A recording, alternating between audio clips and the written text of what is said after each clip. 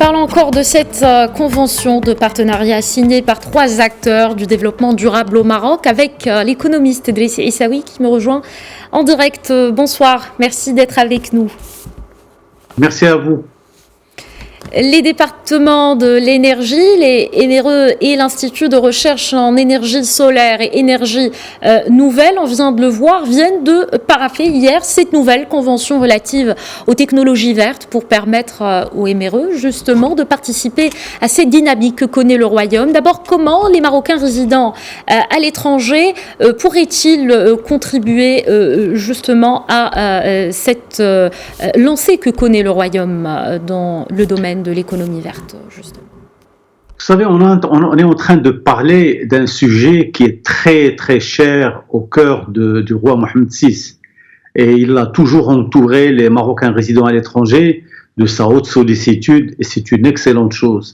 Aujourd'hui, vous savez que toujours les Marocains résidant à l'étranger, c'est des gens qui sont dans des domaines de grande technologie, et particulièrement les nouvelles technologies vertes.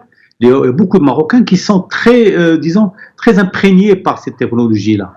Et ils ont toujours demandé à être partie prenante à tous les projets qui peuvent les amener à apporter leur savoir-faire et leur technologie à la société marocaine. Et comme nous sommes en train justement de construire un nouveau Maroc, un Maroc dynamique, un Maroc ouvert sur l'avenir, il était nécessaire de les impliquer de cette manière. Alors aujourd'hui, nous avons 3 partenaires importants, c'est le ministère de l'Énergie et des Mines, nous avons l'Institut de recherche sur l'énergie solaire et nous avons le ministère chargé des Marocains résidant à l'étranger. Vous savez, il y a eu toujours des sollicitations à l'égard des Marocains résidant à l'étranger par plusieurs manières.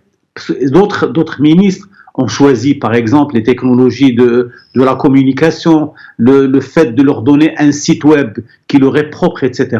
Mais cette fois-ci, il y a une convention très professionnelle qui va leur permettre justement de s'impliquer dans le cadre des recherches et des développements que le Maroc devra connaître incessamment. D'accord. Driss Issaoui, concrètement, comment ces ressources humaines pourraient-elles être encouragées et accompagnées dans cette orientation? Vous savez, c'est très simple. D'abord, c'est des demandes qui viennent directement des Marocains de l'étranger. Mais en même temps, ce sont des gens qui vont entendre parler de cette convention et il y a beaucoup de mécanismes qui vont leur permettre. Il y a le tutorat, il y a beaucoup de choses qui vont permettre aux jeunes Marocains de l'étranger de pouvoir justement s'impliquer directement dans la recherche et surtout dans des projets aussi professionnels que ceux dont on vient de parler. Donc il n'y aura aucun problème pour les Marocains de l'étranger. D'accord. Et quels sont maintenant les secteurs qui ont la priorité dans ce programme et comment peut-on mobiliser les experts marocains dans ce domaine? Vous savez, pour les secteurs, avant, il y avait la santé, l'éducation, etc. Mais maintenant, nous avons les technologies vertes. Les technologies vertes, ce sont des technologies ouvertes sur l'avenir qui vont permettre aux jeunes de pouvoir justement aller au-delà de ce qu'ils faisaient normalement. Mais aujourd'hui, ils vont s'associer à des chercheurs marocains, à des spécialistes marocains pour justement développer un certain nombre de solutions.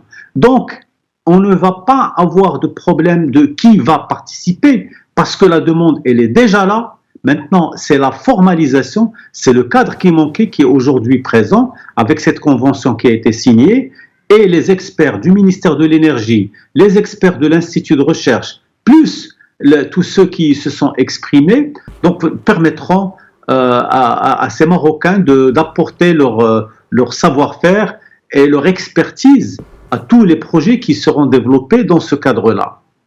Merci beaucoup l'économiste Driss Issaoui pour cet éclairage.